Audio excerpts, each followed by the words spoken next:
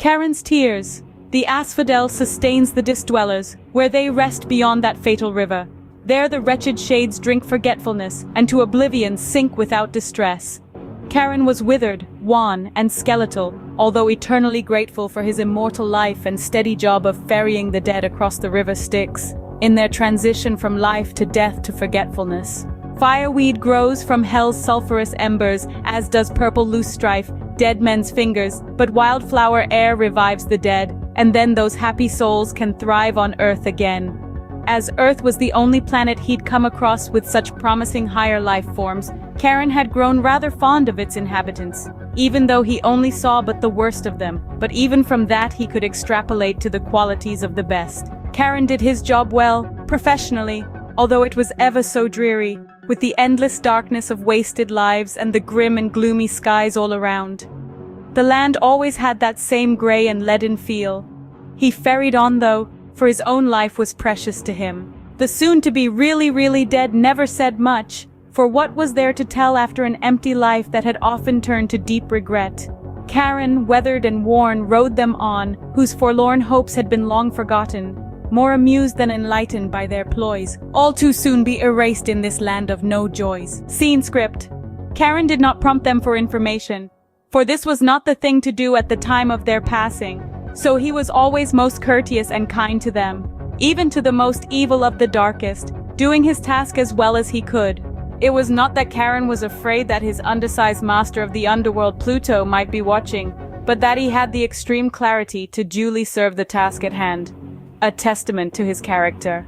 Charon had been quite alarmed lately, what with the numbers of the hellish souls to be climbing into the millions in such a short time, but he had been through this kind of rush before, with the doomed and damned of other planets that had been consumed by their suns, or had undergone other such catastrophes. He just used larger boats, and patiently took his time, for he had all of eternity. Of course, Charon could and did feel deep sadness, but he didn't show it outwardly, even when the numbers from Earth increased 1,000-fold again. A few of the now billions of depressed Earthling souls had enough energy left to mumble a few words, and so he was able to glean from them the latest happenings on Earth. In 2024, the predicted exponential surge of melting ice from global warming had quickly inundated all of the coastal cities, many of them large centers of population and commerce. Everyone who could possibly make it had to retreat inland, creating the largest mass exodus in history. As the heat rose to unbearable levels, many had begun living in their basements. As the Earth's infrastructure began its eventual collapse. Millions eventually headed north towards Canada and Siberia, but had to retreat when the ice caps totally melted and formed the Great Ocean of the North. Most of them did not make it. No one but the ignored physicist mathematicians had predicted that the end could come into sight so quickly. Then came the dreaded polar shift that made global warming seem but a small note compared to this new and darker symphony. The Earth was thrashed with storms the likes of which it had never seen. Electricity went out completely all over the world, but for a few nuclear-powered areas that didn't last. No one could drive very far, even on their last tank of gas, for the roads had melted, along with the tires of the vehicles, and if the vehicles stopped, they'd find themselves mired in the meltdown of the asphalt. Food would no longer grow very well, even in once lush gardens, in the amounts that were needed, and as the heat rose further, into the 140s, plant growth ceased altogether, although a new but rare and expensive form of food pill extended life for some of the rich for a short while.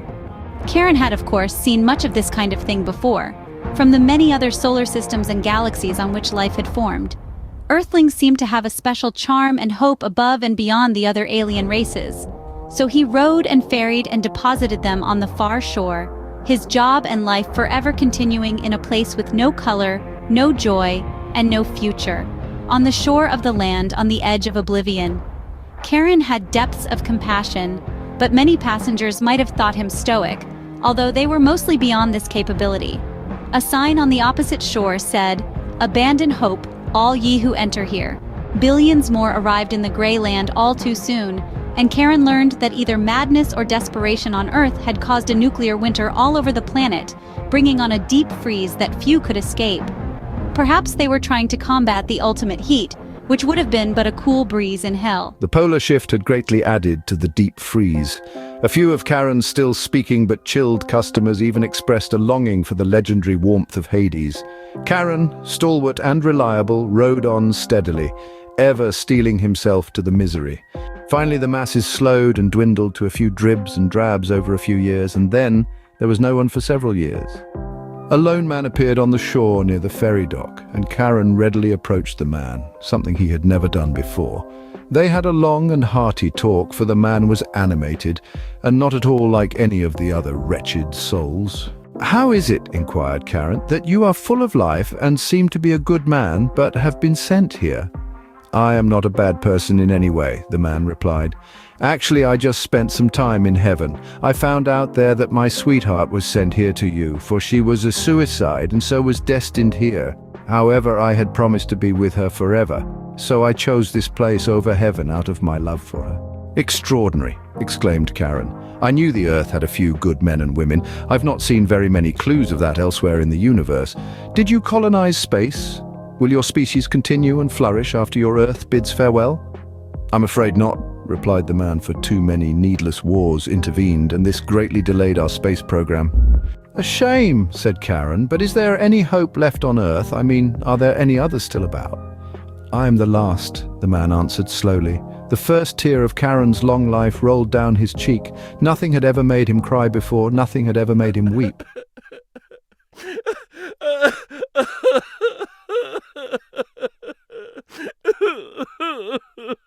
An emergency news broadcast came onto all TV channels and internets.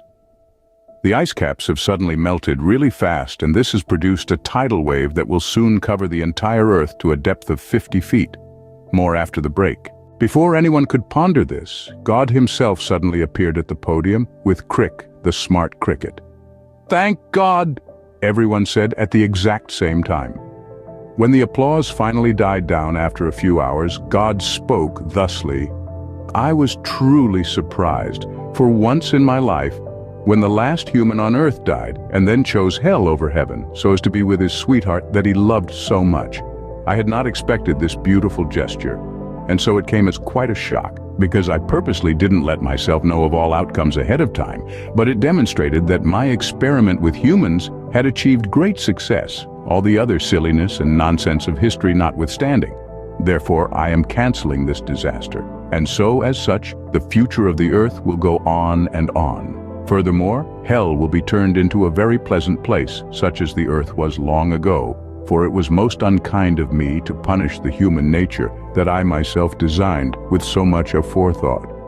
Nor was it your fault to be thrust into this existence unasked as my own creation.